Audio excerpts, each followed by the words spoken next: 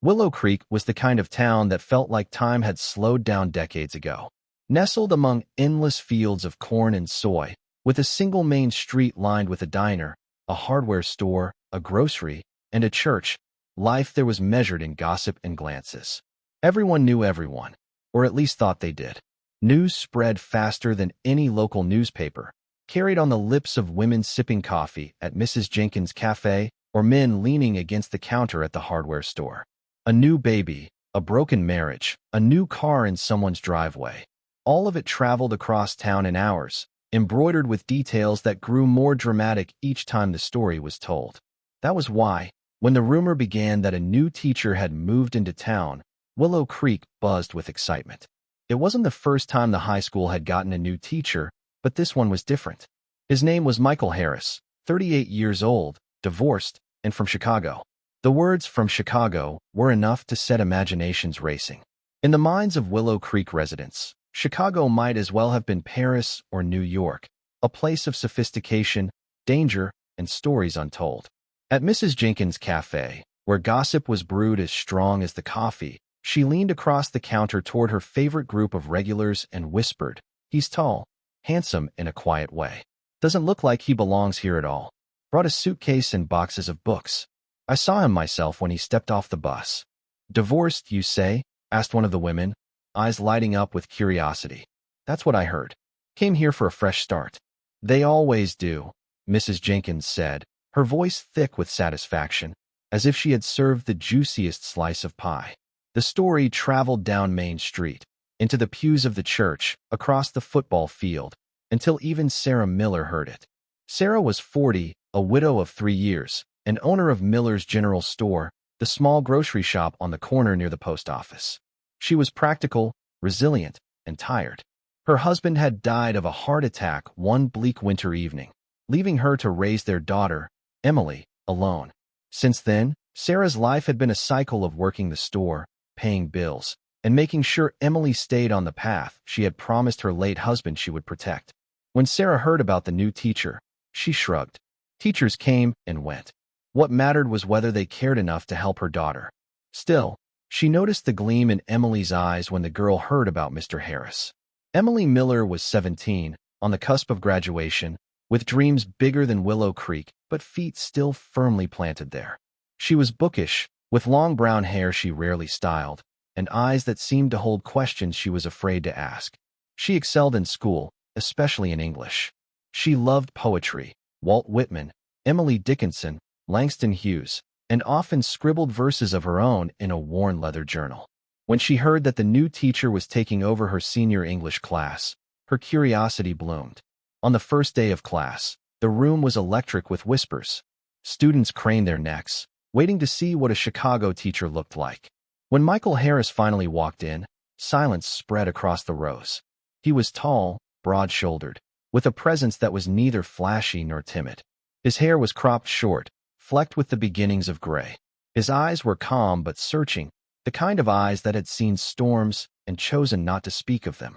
He wore a plain white shirt and a slightly worn jacket, and he carried a leather satchel stuffed with books. "Good morning," he said, his voice steady, deep but warm. "I'm Mr. Harris. I'll be teaching you English this year. And before you groan, let me say this. English isn't just about grammar and tests. It's about stories.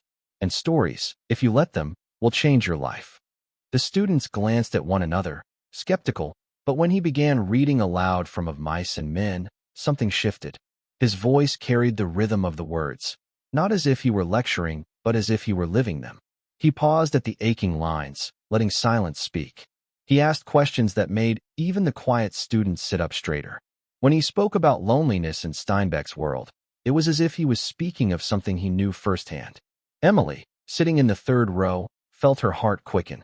She had expected a man in his late 30s to be distant, dull, maybe even harsh. Instead, she found herself drawn to the way he seemed to honor the words on the page, to the way he made literature feel like a secret he was sharing with them alone. When his eyes briefly met hers as he asked the class a question, she felt heat rise to her cheeks and quickly looked down at her notebook. That evening, in her journal, she wrote, "He speaks as if the words matter. As if we matter. I think I want to hear him speak forever." Meanwhile, Sarah's first real encounter with Michael came a week later at the school's parent meeting. She had gone early, as usual, to help set up chairs and organize paperwork. When she walked into the library, she saw him bent over a notebook, scribbling notes with intense focus. He looked up when she entered, and for a brief moment their eyes met. He smiled, a little shy, and stood. "You must be Mrs. Miller," he said. "Emily's mother, right? I've already noticed she's one of the strongest students in class. She writes beautifully." Sarah was taken aback. Most teachers barely remembered names at this point in the semester. "That's kind of you to say," she replied, her voice measured. "Emily's always had her head in a book." Michael chuckled softly. "That's not a bad place to keep it." Their exchange was brief, polite, but something lingered. Sarah, who had lived years without any man looking at her with more than casual acknowledgement, felt a stirring she quickly pushed down. She reminded herself that she was there as a mother, nothing more. Yet that night, as she closed the store and walked home under the glow of the single streetlight, she thought of his calm eyes and his quiet smile. For the first time in years, she wondered what it might feel like to talk to someone who understood loneliness. In Willow Creek, however, no smile went unnoticed. By the end of the week, Mrs. Jenkins was telling anyone who would listen that Sarah Miller had already caught the new teacher's attention. "I saw them talking," she declared over steaming mugs of coffee.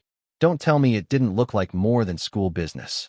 And so the story began, weaving itself into the fabric of Willow Creek, even before the hearts at the center of it truly knew what they wanted. As the weeks passed, Michael Harris settled into life in Willow Creek. He rented a small house near the edge of town, a modest place with peeling paint and creaky floors. His days were filled with teaching and grading, his evenings with solitary meals and books scattered across the kitchen table. The rhythm was quieter than the city, but the silence sometimes pressed too heavily on him. Still, the classroom was where he felt alive again, and that was enough to keep him steady. For Emily Miller, however, every day carried a new charge of anticipation. She found herself waking early, choosing carefully which blouse to wear, and rehearsing answers in her head for questions Michael might ask in class. It wasn't that he favored her. He was fair to everyone, but when he praised her writing, her heart leapt. Once, after reading her essay on Frost's The Road Not Taken, he had looked at her with genuine admiration and said, "You don't just read poetry, Emily. You live it." That sentence replayed in her mind at night, echoing in the quiet of her room. Her journal filled with passages about him. She described the way his voice dipped when he quoted Whitman, how his brow furrowed slightly when he listened intently, how he seemed to carry a sadness beneath his calm. She didn't name him, not even in her secret writing, but the pages pulsed with the intensity of her first love. Sometimes she would linger after class, pretending to pack her books slowly, just to watch him erase the chalkboard or stack his papers. It was innocent, and yet, to her, it felt like the beginning of something monumental. Sarah noticed changes in her daughter, but did not at first connect them to Michael. Emily seemed distracted, often staring out the window during dinner or smiling faintly to herself. When Sarah asked, "What's on your mind, honey?" Emily would blush and shake her head. Sarah assumed it was the restlessness of a teenager dreaming about college, or perhaps a crush on a classmate. She didn't press further. After all, she remembered what it was like to be 17, when emotions swelled like rivers in spring. Sarah's own interactions with Michael grew more frequent. As president of the parent-teacher committee for Emily's class, she often stopped by the school to discuss budgets or event planning. Sometimes she brought along a basket of apples from a neighbor's orchard or a jar of jam she had made. "Too much for me and Emily," she'd say lightly, leaving it on his desk. Michael accepted her kindness with quiet gratitude. Once, when she noticed a missing button on his shirt, she instinctively offered, "I can fix that for you if you'd like. I keep a sewing kit at the store." The words slipped out before she realized how personal they sounded. He hesitated, then smiled. "Thank you. I might take you up on that." The moments were small, but they gathered weight. When Michael came into her store to buy milk or coffee, they exchanged more than pleasantries. They spoke about books, about life in the city versus small towns, about loneliness. Michael shared bits of his past, how his marriage had crumbled under the weight of ambition and neglect, how he had left Chicago not just for work but for peace. Sarah listened with empathy, feeling the echo of her own losses. In his voice, She heard not bitterness, but a quiet resilience that stirred her heart. Of course, nothing in Willow Creek stayed private for long. Mrs. Jenkins noticed Michael walking out of Miller's General Store one evening and promptly reported it to her circle at the cafe. "He lingers too long in there for just groceries," she said knowingly. "Mark my words, something's brewing."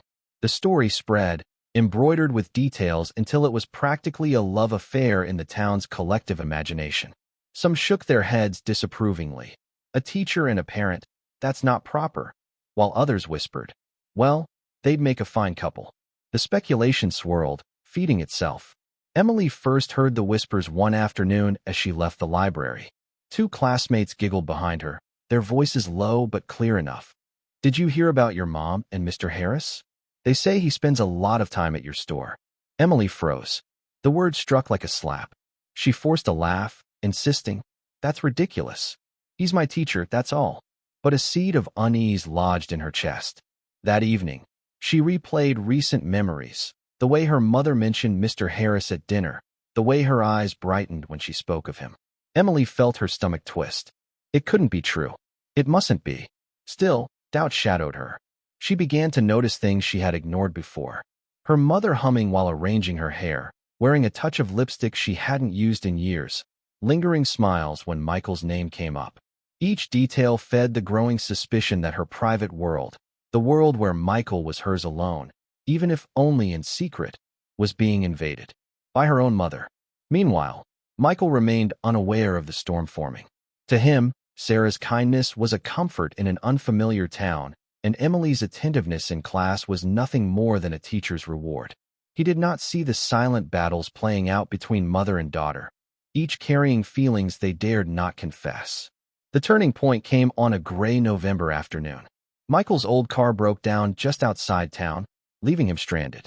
Sarah happened to drive by on her way back from a supply run. Without hesitation, she pulled over. "Hop in," she offered, and he did. As they rode together, the rain tapping lightly on the windshield, conversation flowed easily.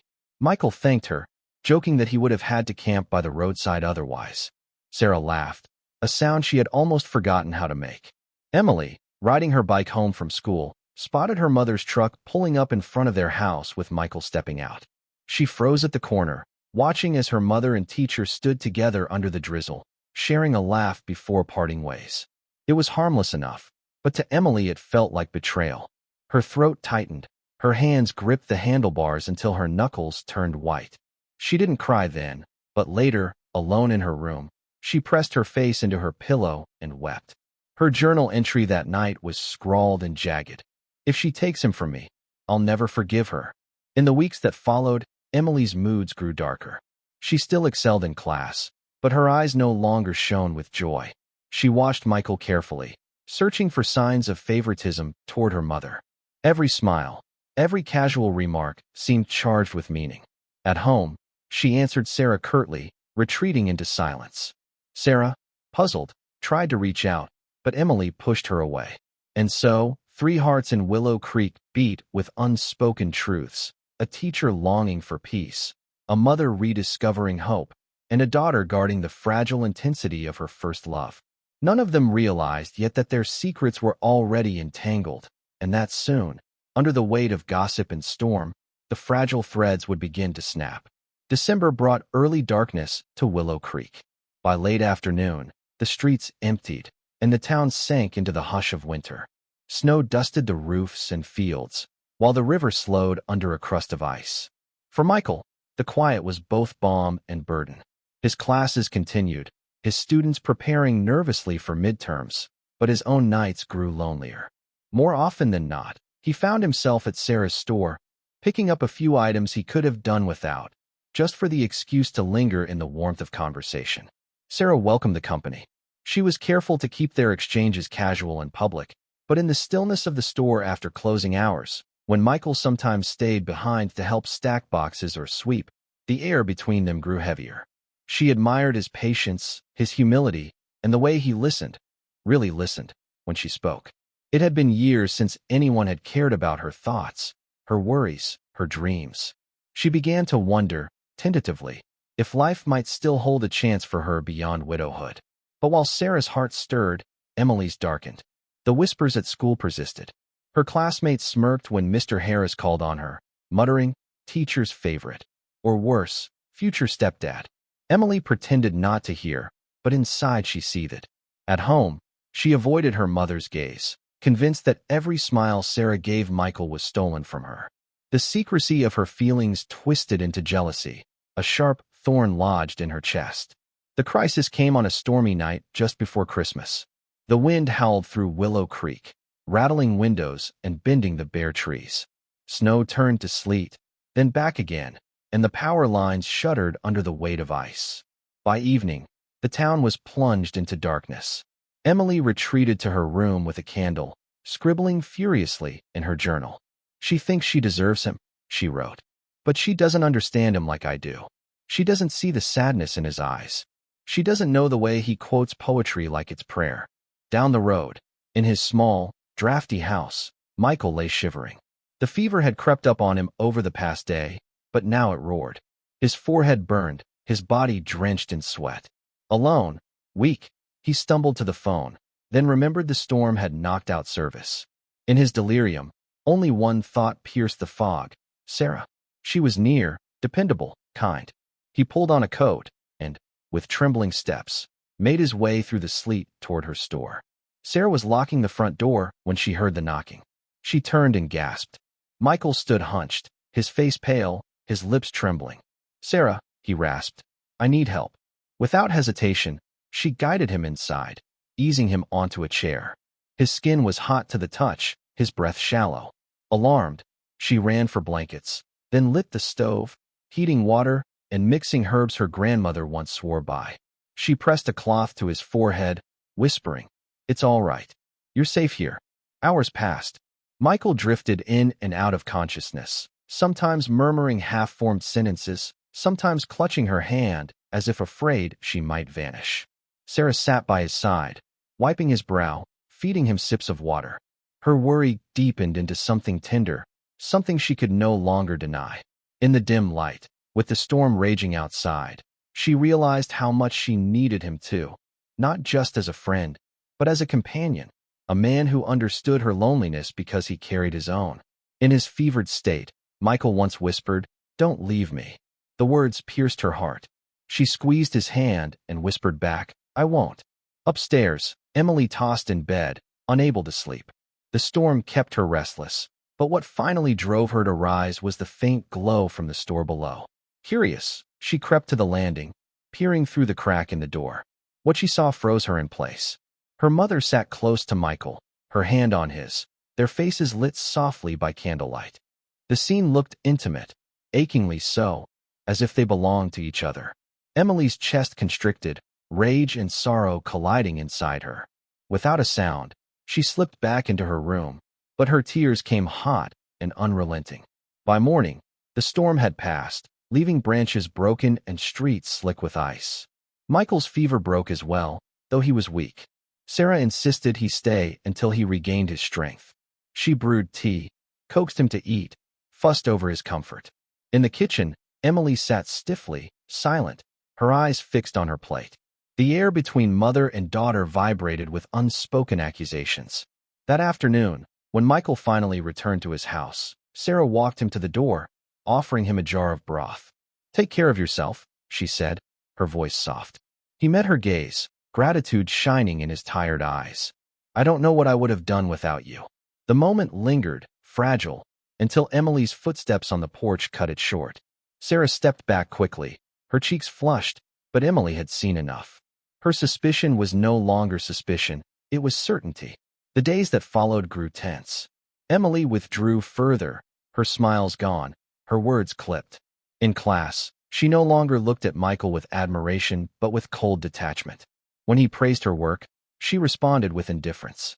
Michael noticed, puzzled, but assumed it was a passing mood. He did not guess the true storm inside her. At home, Sarah tried to bridge the silence. "Emily, is something wrong?" she asked one evening. "You've been so quiet lately." Emily's reply was sharp. "Why don't you ask Mr. Harris? You seem to talk to him about everything." The words landed like a slap. Sarah flinched, realizing her daughter had seen more than she intended. But she said nothing, unsure of how to untangle the mess. The gossip in town, meanwhile, grew louder.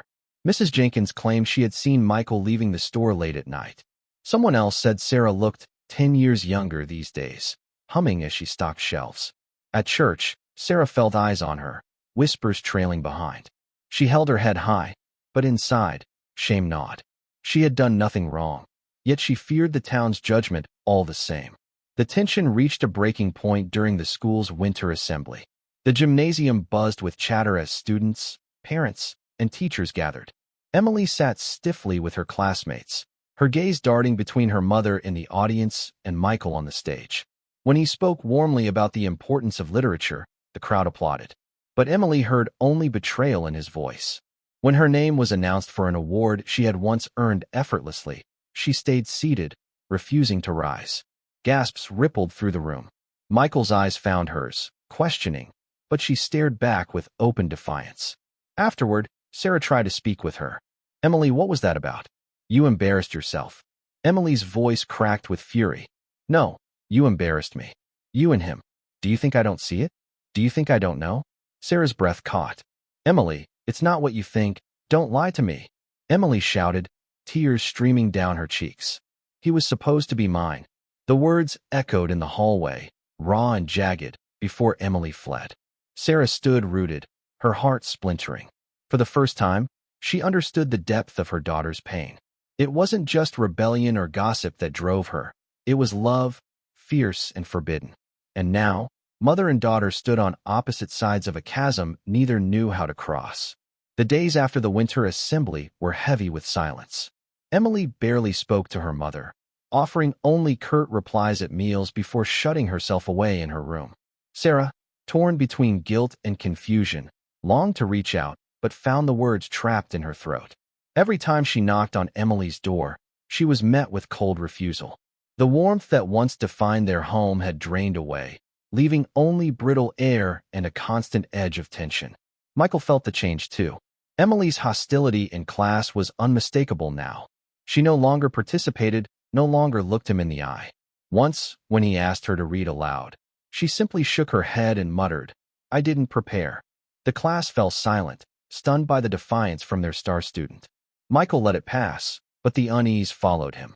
He replayed every recent moment, searching for the reason, sensing a shadow that reached beyond school walls.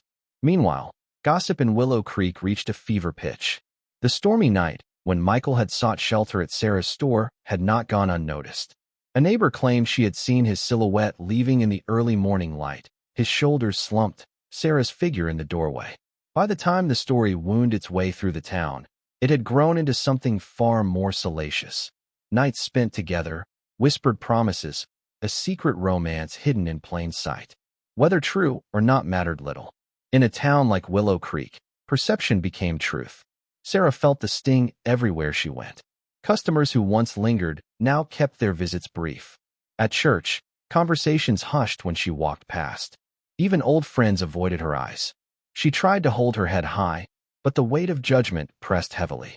Worse still was Emily's searing gaze at home, full of unspoken accusations. Every kindness Sarah had shown Michael now seemed, in her daughter's eyes, a betrayal.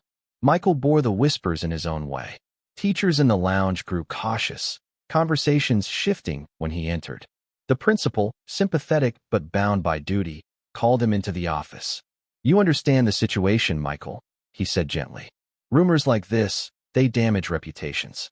Not just yours, but the school's." Michael nodded, his jaw tight. He insisted nothing improper had occurred, but the principal only sighed. Sometimes the truth doesn't matter.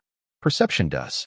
The breaking point came at the spring awards ceremony, a tradition in Willow Creek where students were recognized for their achievements. The gymnasium was packed, banners hanging from the rafters, parents filling the bleachers. Michael was scheduled to present an award for literary excellence, and Emily was among the nominees. Sarah sat in the audience, tense, her hands clasped tightly in her lap. When Emily's name was announced, a hush fell over the room. She stood, but instead of walking to the stage with grace, she clutched the microphone at the podium and spoke into it, her voice trembling with a mixture of anger and pain. "I don't deserve this award," she said, her eyes flicking to Michael. "Not when my teacher, our teacher, Spends more time with my mother than with his students. Gasps erupted through the gym. Parents exchanged shocked looks. Students whispered furiously. Sarah's heart dropped into her stomach. Michael froze on stage, his face pale. Emily's words had landed like a stone through glass, shattering the fragile boundary between private struggle and public scandal. She dropped the microphone with a clang and fled the gym, tears streaming down her face. The aftermath was chaos. Teachers tried to calm the murmuring crowd, but the damage was done. The rumor mill no longer needed whispers. It had a declaration spoken aloud before the entire community. Sarah rushed out of the gym, her pulse pounding, searching for Emily in the parking lot. She found her daughter near the bleachers, sobbing uncontrollably. "Emily, please," she pleaded, reaching for her. But Emily pulled away, her words ragged. "You ruined everything. You ruined him for me." Inside, Michael remained on stage, stunned. The principal quickly ended the ceremony, his voice strained as he thanked everyone for attending. But no one was listening. Their eyes were on Michael, on Sarah, on the empty space where Emily had stood. By the end of the night, the story had already grown roots that reached every corner of Willow Creek. In the days that followed, the consequences were swift. Michael was asked to step back from teaching while the school board reviewed the situation. Though no evidence of misconduct existed, the board feared the weight of community opinion. Michael didn't argue. He submitted his resignation quietly, unwilling to drag the school through more turmoil. Packing his modest belongings into boxes, he felt the bitter sting of déjà vu. Once again, his life unraveled not through scandal of fact, but of perception. For Sarah, the fallout was equally devastating. Her store, once a hub of friendly chatter, grew quiet. Customers trickled in reluctantly, conversations clipped. She overheard barbed comments. Widow Miller didn't waste time finding company. Even her church pew felt colder, as if the sanctuary itself recoiled. But the deepest wound remained Emily. Though the outburst had revealed her pain, it had also built a wall between them. Every attempt Sarah made to reach her daughter was met with silence or sharp retorts. "Don't pretend you care about me now," Emily spat one evening. "You only care about him." Sarah wept that night, alone at the kitchen table, her hands trembling around a cold cup of tea. She thought of her husband, of the years she had spent surviving for Emily's sake, of the rare flicker of hope Michael had given her. Was it wrong to want companionship? Was it selfish to long for love again? She had thought she could balance her desires with her daughter's needs, but now she saw how impossible that balance was. Emily, in her room, wrestled with guilt as much as fury. She replayed the assembly over and over, the looks on people's faces, the devastation in her mother's eyes, the stunned silence of Michael. A part of her felt triumphant. She had spoken the truth as she saw it, forced the world to acknowledge her pain. Yet another part of her recoiled, ashamed of the destruction she had unleashed. She wrote furiously in her journal, "I wanted him to see me. Now he will only see me as the girl who ruined him." One evening, Michael came to the store, his resignation already submitted, his future uncertain. Sarah met him at the door, her face etched with exhaustion. "You shouldn't be here," she whispered, though her eyes betrayed longing. "The town will talk more." He shook his head. "They're already talking. And I'm leaving." The words hung heavy between them. "Leaving?" she echoed, her voice breaking. He nodded. "It's the only way. For you. For Emily. For everyone." Sarah's tears came silently.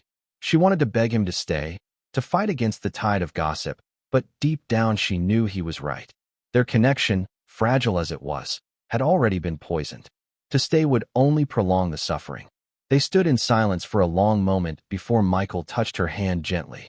"You gave me kindness when I had nothing left," he said softly. "I won't forget that." Then he turned and walked into the night. Sarah stood at the doorway long after he disappeared, the cold air biting her cheeks. Inside, Emily watched from the stairs, her chest tight with conflicting emotions. She had wanted him gone, yet the finality of it brought no joy, only a hollow ache. She crept back to her room, her journal waiting, but for the first time, no words came. Willow Creek, always hungry for stories, now had one it would savor for months. For the townspeople, it was scandal. For Sarah, it was heartbreak. For Emily, it was the crumbling of her first love. And for Michael, it was exile once more. None of them yet knew if the wounds could heal, or if the fracture had carved too deep. Spring came to Willow Creek with shy blossoms and swollen rivers, as if the earth itself longed to cleanse the town of winter's scars. But for Sarah Miller and her daughter Emily, the thaw did little to melt the ice between them. Their conversations remained strained, their home heavy with the echoes of what had been shouted and what had been left unsaid. The absence of Michael Harris hung over them like a ghost. Though his house still stood at the edge of town, its windows dark, its porch bare, he was gone, his presence erased as quickly as it had appeared. Michael's departure was quiet. He had left one Saturday morning, his few possessions packed neatly into his car. No goodbyes at school, no announcements in church, no farewells at Sarah's store. Only a brief note slid under the store's door. "Thank you for your kindness. Please take care of Emily. M." Sarah had held the paper in trembling hands, reading it again and again, until the ink blurred through her tears. She told no one. To speak of it would be to acknowledge the finality of his absence, and she wasn't ready for that. Emily discovered the note days later, tucked into the pages of a cookbook on the kitchen counter. She read it silently, her throat tightening, but said nothing. It wasn't an apology to her, nor a confession of love to her mother. It was simply a goodbye, and somehow, that hurt most of all. She had dreamed of being seen, of being chosen. Instead, she had been left behind, just as her mother had been. In her journal, she wrote, "I destroyed him. I destroyed us. And now there is nothing left." Weeks turned into months. The town, ever restless for new stories, moved on. Whispers of Sarah and Michael faded as fresh gossip took their place. A councilman caught in dishonesty, a farmer's miraculous calf born with two heads. Life in Willow Creek, relentless in its rhythm, swallowed scandal as quickly as it created it. But for Sarah and Emily, the wounds remained. Healing, if it came, would come slowly. Sarah poured herself into the store, restocking shelves, repainting the worn trim, and pretending that the flurry of activity could mend her heart. Emily buried herself in books, not poetry now but textbooks, her focus sharpened by a determination to escape Willow Creek as soon as she could. The dream of college, once abstract, became her lifeline. She applied to universities far from the town, far from the memories. When the acceptance letter from a state university arrived in early summer, she clutched it to her chest and wept, not with joy, but with relief. That night, she showed the letter to her mother. Sarah's eyes welled with tears as she hugged her daughter tightly. "I'm proud of you, Emily," she whispered. Emily stiffened at first, then allowed herself to sink into the embrace. It had been months since she had let her mother hold her. For a brief moment, the wall between them cracked. Neither spoke of Michael, neither spoke of the winter, but both felt the weight of all they had endured. The days leading to Emily's departure for college were filled with preparation. Sarah sewed curtains for her dorm room, packed boxes of homemade preserves, and pressed folded bills into Emily's hand whenever she protested about expenses. Emily, in turn, softened. She no longer lashed out, though the shadows lingered in her eyes. Sometimes she caught her mother gazing wistfully at the horizon, and though she didn't ask, she knew who Sarah was thinking of. In her own heart, she too carried Michael's image, not as a teacher, not as the man she once claimed in her secret fantasies, but as the wound that had shaped her first understanding of love's cruelty. The night before she left, Emily and Sarah sat on the porch, the air heavy with the scent of lilacs. Fireflies flickered across the yard, tiny sparks against the dark. Emily broke the silence first. "Mom," she said softly, "I'm sorry. For what I said. For what I did." Sarah turned to her, startled. Emily's eyes brimmed with tears. "I was angry, but it wasn't fair. To you. Or to him." Sarah reached for her daughter's hand, squeezing it gently. "You were hurting," she said, "and I didn't see it soon enough. That's my fault too." They sat together, hands clasped, the night wrapping around them. Neither mentioned love, or jealousy, or the tangled web of their shared pain. Instead, they let silence carry the rest, as if words could no longer bear the weight of what had passed. For the first time in months, the silence was not hostile but tender, a fragile truce between mother and daughter. The following morning, the bus carried Emily out of Willow Creek.